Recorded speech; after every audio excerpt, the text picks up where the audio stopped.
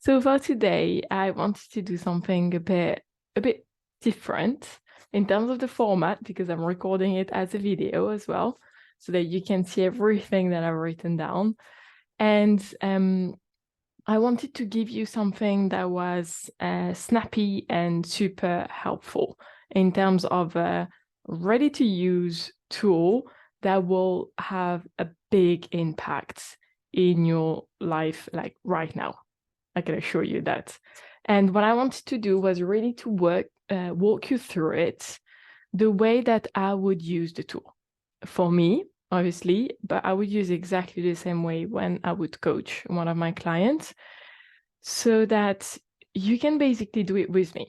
Yeah, you can pause and then you can answer the question and then continue and then hear my answers if you want, or simply mute me if you want to not be distracted by what I'm going to say, and just look at the video and just answer the questions one after the other for yourself. And then you can always go back to it and listen to me talking about it as well.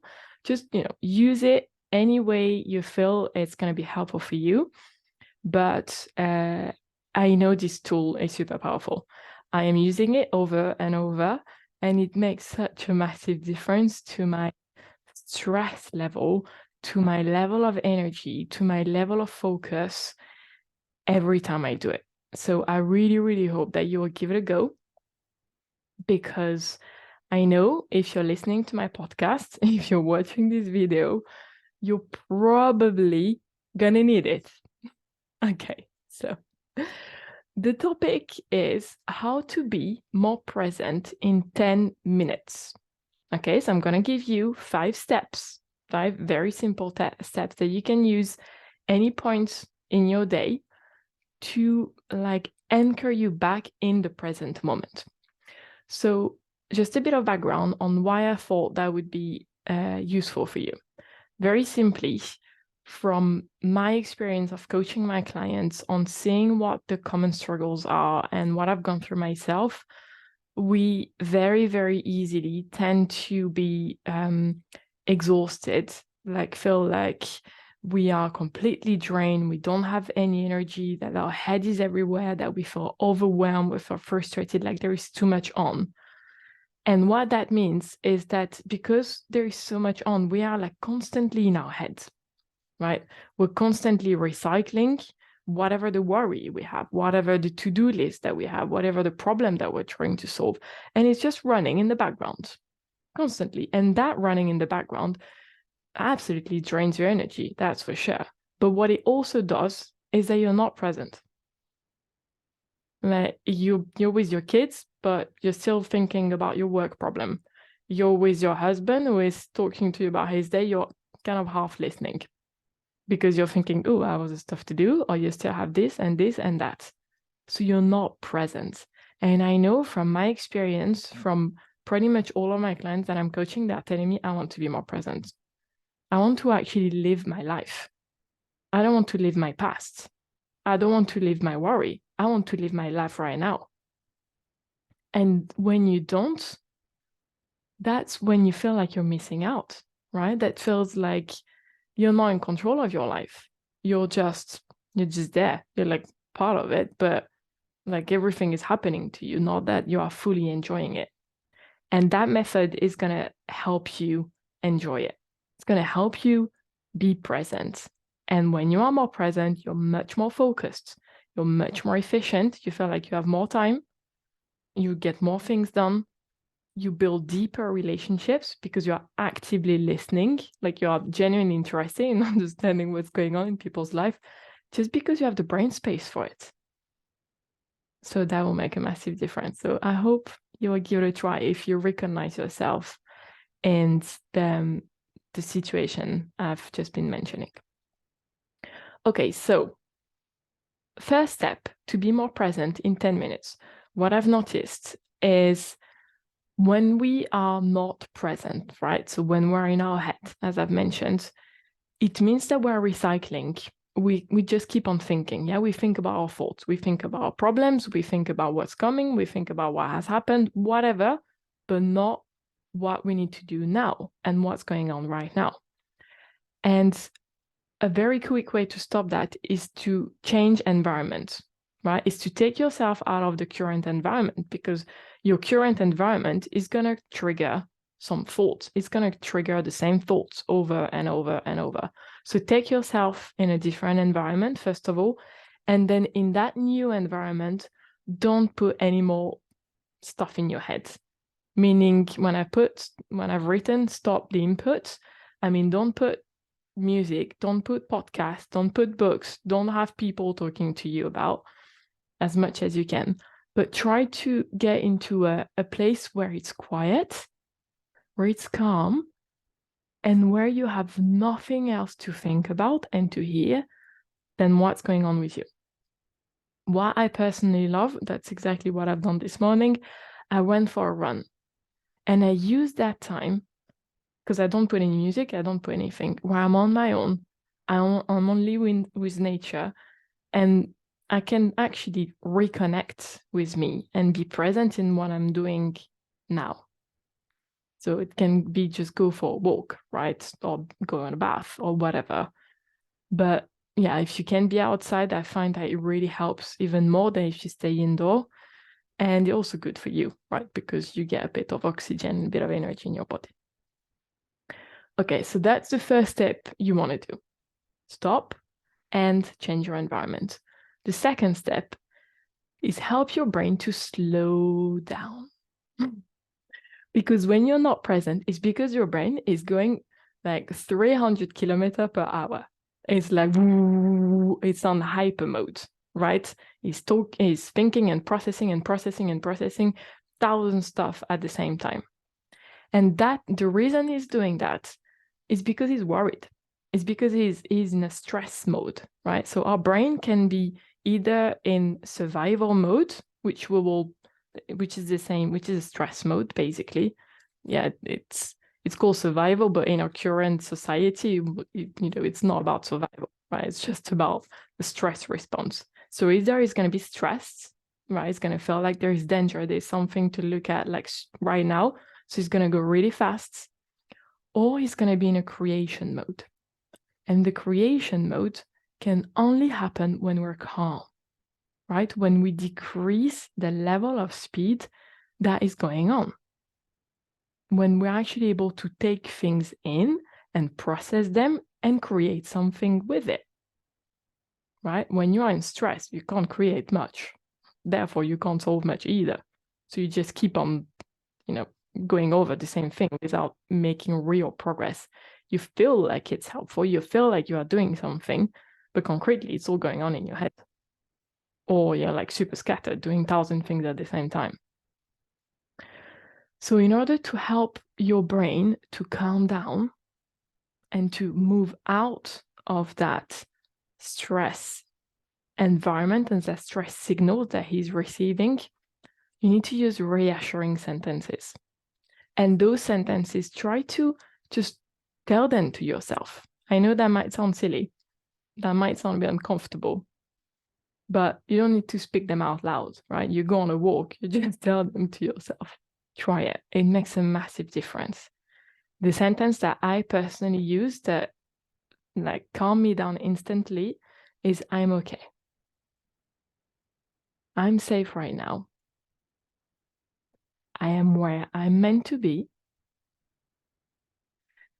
And there is nowhere else I need to be right now, or nothing else I need to do right now. Can wait. I'll be okay. And you keep on repeating those sentences, gently, like what I've done, so that it is a signal for your brain to calm down, to reduce the speed, and to breathe, and really feel them in your body. Because if you just talk and then feel like, I'm okay, I'm safe right now, I'm where I'm meant to be, but it's not going to do anything, right? You could as well just read your shopping list for that matter. So it's super important that you take the time to feel them. And the way you know if it's actually sinking in your body and actually working to calm your brain down is how your body will feel. Because when you really take the time to feel, I'm okay, like my whole body decontracts. I don't know if it's an English word, but it relaxes. So that's like a really, really key step to be able to access the present moment. It decreases all of the emotion overload that you have. It decreases it. That's what it does by calming your brain, calming your nervous system. Okay? So now, the third step is to focus on how you feel now. So you bring all your awareness, not your brain, your body, because your brain is running the show, going mad. So what we want to do is almost give your brain a break, like that, to go for a break for 10 minutes and then actually reconnect with your body instead.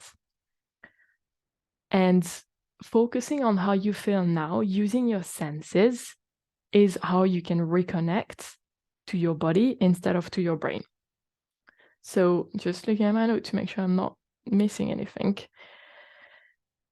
So the way you can do that is you focus on the sensations you feel, right? So in your body, I know what I do generally when I'm running. I focus on how my body feels, where it feels flowing, where it feels warm, where I'm cold, where I have some pain. I focus on, like the temperature. How does it feel the same, on my fingers, for example? I focus on trying to hear my heartbeat. I focus on trying to hear the noise outside. And I breathe, like super deeply. And the more you'll do that, again, the more your senses will be on alert, and you'll connect back with your body and with your heart. You don't need your brain to do that. That's what you need, okay? So you will feel more and more connected to what is outside of you as well. Then the fourth step is only when you feel that you are able to do the first few steps. They are in this order on purpose. Otherwise, it doesn't work. If you try and jump to another step, or you don't really feel calm, or you haven't necessarily managed to really focus on your senses, it's not going to work to go to that fourth step, which is really what helps you anchor back into the present moment. And it will take time, okay? So don't try to rush yourself through. And maybe, even if it's like the first time, you go until step 1 and step 2, where you just slow your brain down. If it's all you can do in 10 minutes, then fine. You don't have a rush. Still better than nothing. You'll see you already feel better and feel calmer. And then the next time you go until step 3, next time until step 4. I know when I started doing it, for me, it took me much longer. Yeah, when I was running for half an hour, I could go to, I don't know, not even step 3, I don't think. And now I can go through the whole process in not even 10 minutes. So it takes time and it's fine. But just give yourself the space to learn it. Give yourself a chance to make it work for you. So when you are step 4, when you feel that calm, more calm in you, and like more alerts with your senses, what you can do now is almost flick your brain back on and focus on what you already have now. Focus on that, on creating a feeling of enoughness for you and of gratitude. And what that will do is that instead of letting your brain go to, when I will have that house, then I'll feel much better. When I'll grow my business, then I'll feel abundant, or I will feel enough. When my boss is going to give me amazing reviews, then I'll feel worthy. Yeah, it's a bit linked to what I've shared in my previous episode 36. When you actually do the exercise that I'm giving you right now, you will see that first, it's not the car, the boss, or the business growth that is going to make you feel the way you want to feel, that's going to make you feel worthy or, successful or enough. It's only your thoughts about it. And that process helps you feel enough. It helps you feel abundant. It helps you feel grateful right now without having to change anything. And those emotions are what anchors you and what enables you to be present in your life, to actually listen when your kids talk to you, to ask questions when your partner asks you a question, or tells his day. So the way you can do that, again, it's around speaking, telling sentences in your head. You can tell them out loud if you want. Sometimes it slips out and people look at me a bit funny, but at least in your heads. And you start from very basic, because your brain is going to want to argue. If you are in that mindset of, I don't have enough time, I have so much to do, I don't have enough energy, my kids are crying, I don't have enough money, all of that, which I have them all, then your brain is gonna, and you want to move to, I have enough time, I have enough money, I have enough energy, there's too much of a stretch. And your brain is gonna go, yeah, right, that's not true. We don't believe that. So you need to build up towards it. And at the start, to be able to do that, it means looking at all of the fundamental things that you do have, but that you don't necessarily, something that we take for granted and that we don't necessarily recognize, but that in a large part of the world, some people would feel absolutely hyper grateful if they would be in our shoes. And that really helps. So you think about, I have enough food. I have a roof under my head. I have people who loves me. I have enough clothes. I have abundance of love for those around me. I have a job. I have time that I can use. Slowly you go through, I have great friends. Yeah.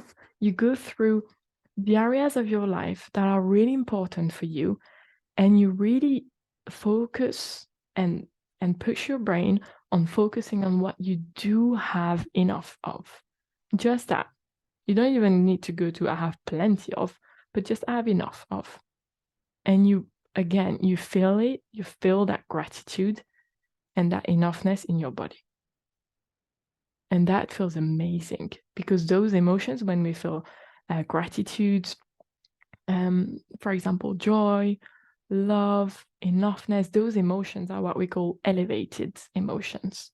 And they are like super high vibrations in our body. They release a lot of amazing, molecule and hormones and oxytocins in our body, which feels amazing, and which it's a virtuous cycle. The more we do that, the more our body feels good.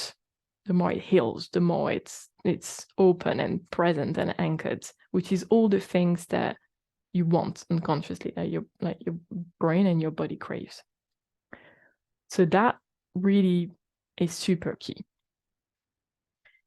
And then finally, once you're there, when you really focus on what you have right now, what you have enough of right now, not the tomorrow, we're not talking about tomorrow or the future, we're just asking our brain to focus on what we really have enough right now, and you feel it, the more you can do, the better. By the way, you'll see your stress level will have gone from here to here. Every step that you take, it's going to go one notch down, and your presence is going to increase, and you're going to feel like much, much better, much more open for everything. And when you're in that state of, I have enough, I'm fine, I'm safe, your brain is not in survival mode anymore, right? It's not stressed. So you can start create, which is where you want to be with the situation you want to deal with, right? If you have a problem that you have in the back of your head, if you have relationship, work, whatever the problem might be that you're trying to solve, you were not able to solve it before when you were overwhelmed and exhausted and stressed out. Now that you've gone through those 5 steps, You can look at your problem again if it's what you want to do. If you just want to enjoy the feeling, just do it as much as you want without having to solve anything afterwards. But if there is something that you do want to solve in the present moment, then look at your problem, think about the facts of your problem, and then you can use some of those simple questions. What are simple ways to solve my problem? Or what else could I try that I haven't tried before? How else could I approach that problem? How could this be fun? Like when we are stressed, the last thing we think about is having fun. But when we actually, like a great way to open up our mind and to come up with creative solutions is to think about how can I make this fun? Because think about it, when it's fun, you actually want to spend some time on it and your brain power on it. When it's boring as hell, you just want to do something else, right? And that's it. That's easy, right? So it took me a bit longer to explain it to you than the 10 minutes because I've given you also a bit of background on why and how. But when you get the hang of it, it's that simple. So what we've just seen together and in this podcast, in this episode, this video, is that to be able to reduce the overwhelm and the exhaustion and the speed in your brain and be present, find solutions in your life and enjoy like whatever moment you are in right now, feel calmer, then you follow 5 steps. First one, you change the environment, you stop the inputs in your brain. Second one, oh God, I have a blank now. Alix. Second one, sorry, you slow down your brain, right? With the calming sentences and reassuring. Third one, you focus on right now using your senses. Fourth one, you focus on what you have enough of, what you're grateful for now, and you feel it in your body. And fifth step, either you repeat the previous ones if you just want to feel the amazingness of it, or you take the problems that you have and you ask yourself some of the questions I've just put here. That's it. It works. I mean, I'm not joking. It really works. Keep doing it over and over. And the more you do it, the more you get better at it, the more it works. That's the beauty of it. So let me know how it goes. I'd love to hear it. Share it, please share this video, the podcast to anybody who you know is often in that vicious circle of exhaustion and overwhelm. And yeah, let me know your experience of it. Because I know my clients have amazing results the way that I do. So I'd love to hear what works for you as well, if it does. Have a beautiful day and a beautiful rest of your week, everyone. Take care. Bye-bye.